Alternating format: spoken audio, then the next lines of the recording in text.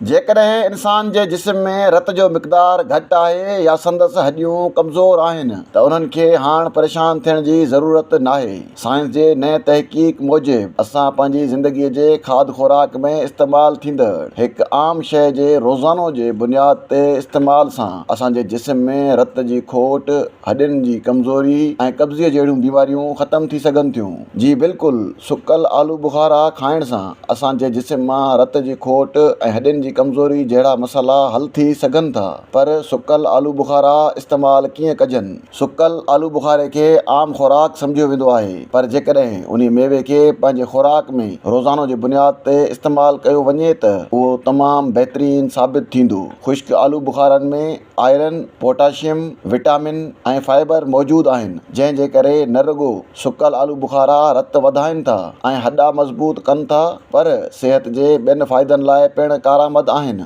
जेकॾहिं कंहिं इंसान जूं हॾियूं एतिरियूं त कमज़ोर आहिनि जो संदसि हॾियुनि जे छिड़कण जो आवाज़ बि अचे थो त उन्हनि माण्हुनि खे सुकल आलू बुखारनि जा कुझु दाणा रोज़ खाइण घुरिजनि। आलू बुखारा कीअं बि इस्तेमालु करियो, पर शर्त आहे त हर रोज़ चंद दाणा ज़रूरु इस्तेमालु करणा आहिनि। सुकल आलू बुखारनि में विटामिन के, कैल्शियम ऐं फास्फोरस हॾनि जे ॿरंदड़ मसइलनि खे हल करण में मदद फ़राहम कंदा आहिनि। उन्हीअ खां सवाइ थोरे ई अरसे में रत जे खोट खे ख़तमु कनि था। रत जे खोट जे शिकार माण्हुनि खे सुकल आलू बुखारनि जो जूस इस्तेमालु करणु घुरिजे, जेको उन्हनि जे रत जे खोट खे तकिड़ो हल कंदो।